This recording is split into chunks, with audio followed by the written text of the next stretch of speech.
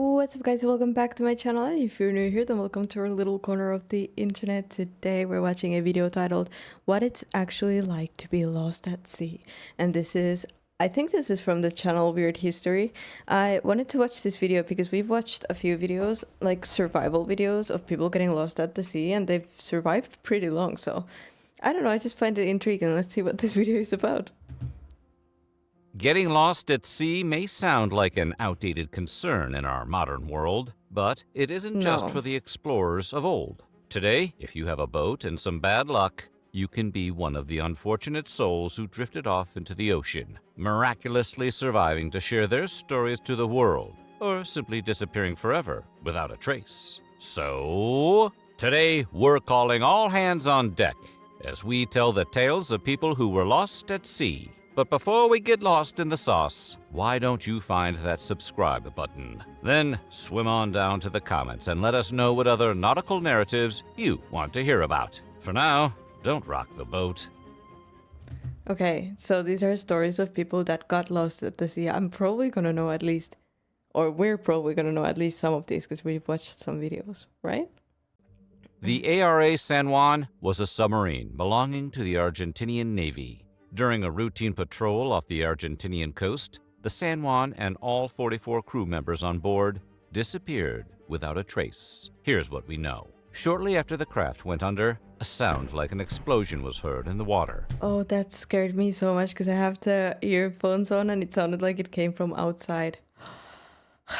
And the crew couldn't be raised. After 2 weeks of searching, Argentine officials announced that the search and rescue was pivoting to a search-only mission, as little hope of recovering the crew remained. The San Juan has not been seen nor heard from since, and while the explosion indicates some kind of accident, it's unlikely we'll ever know the full extent of what happened to the submarine.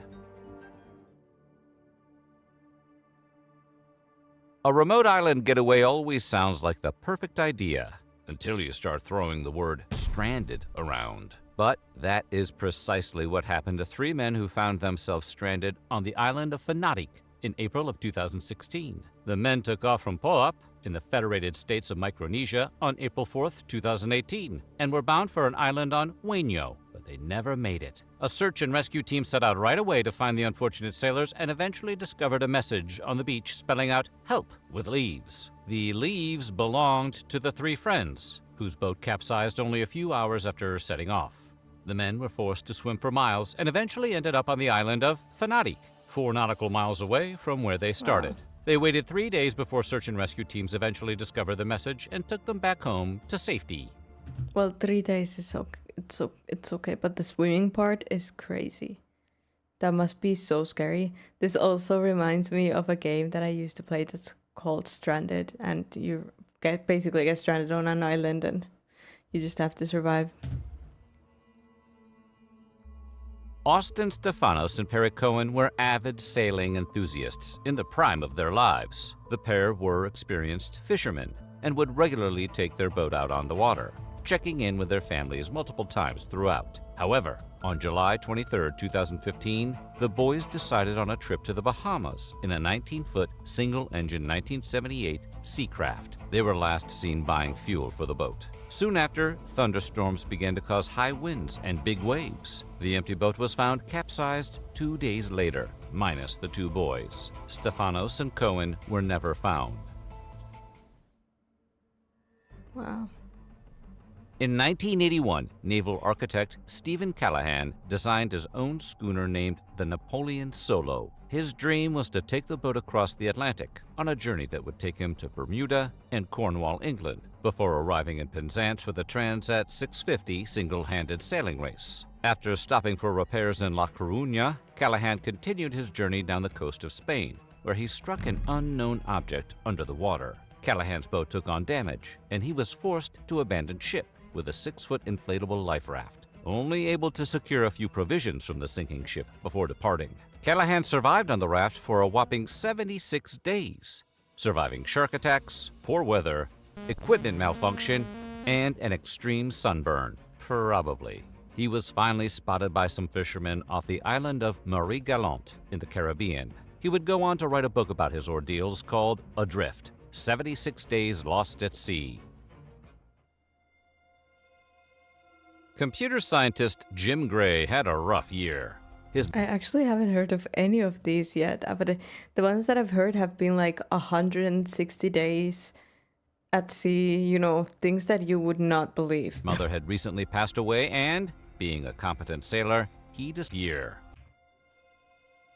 Computer scientist Jim Gray had a rough year. His mother had recently passed away, and, being a competent sailor, he decided to scatter her ashes at the Farallon Islands off the coast of San Francisco in January of 2007. His wife began to worry when he did not return home, and his check-ins with her abruptly stopped. She reported him missing, kicking off a significant search party due to Gray's significant impacts on Silicon Valley giants like Google and Microsoft. Despite his high profile, neither Gray nor his body were ever recovered. That's so eerie.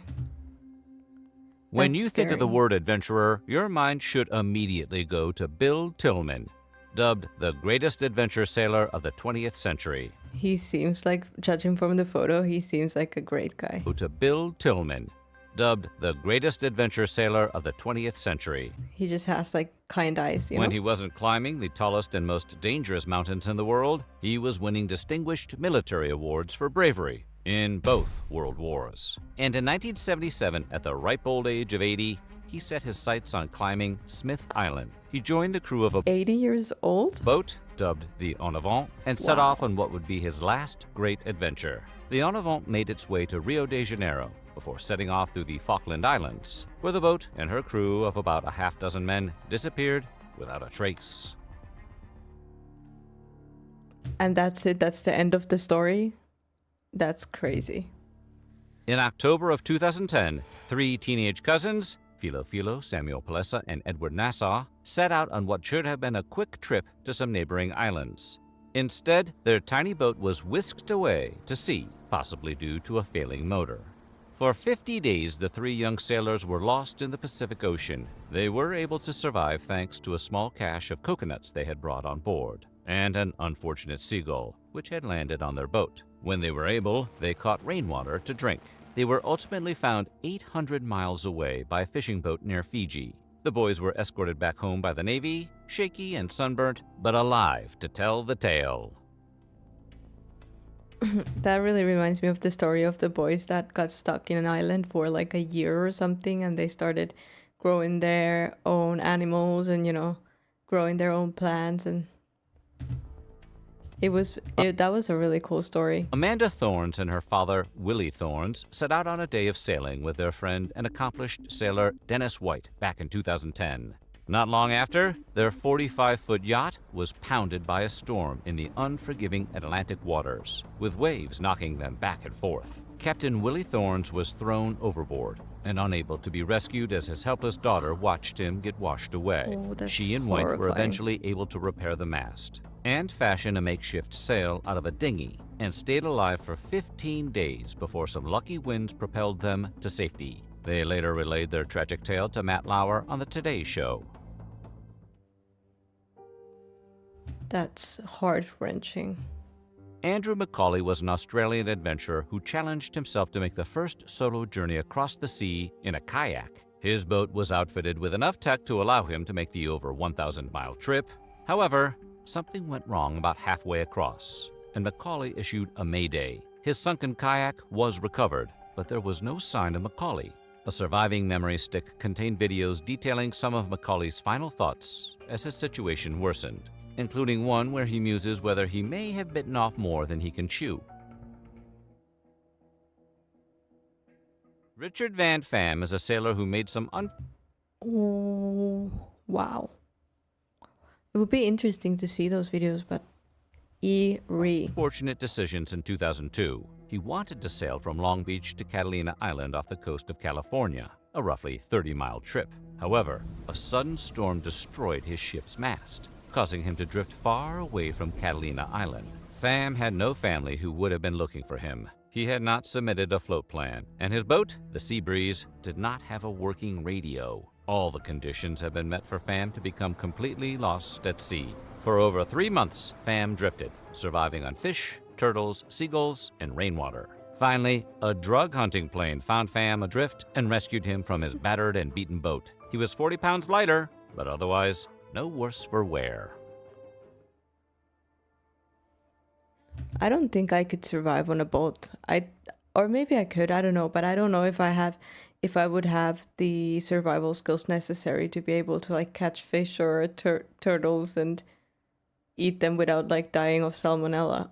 Rebecca Coriam became infamous amongst Disney cruises as the first person to ever go missing in the history of the cruise line. As a worker on the Wonder, she From a had kept in cruise? regular contact with her parents. However, when she missed a regular check-in, her mother began asking questions. It seems that somewhere along the Pacific coast of Mexico, Rebecca simply disappeared without a trace. She can be seen on CCTV having what looks like a distressing conversation, but was not seen again after.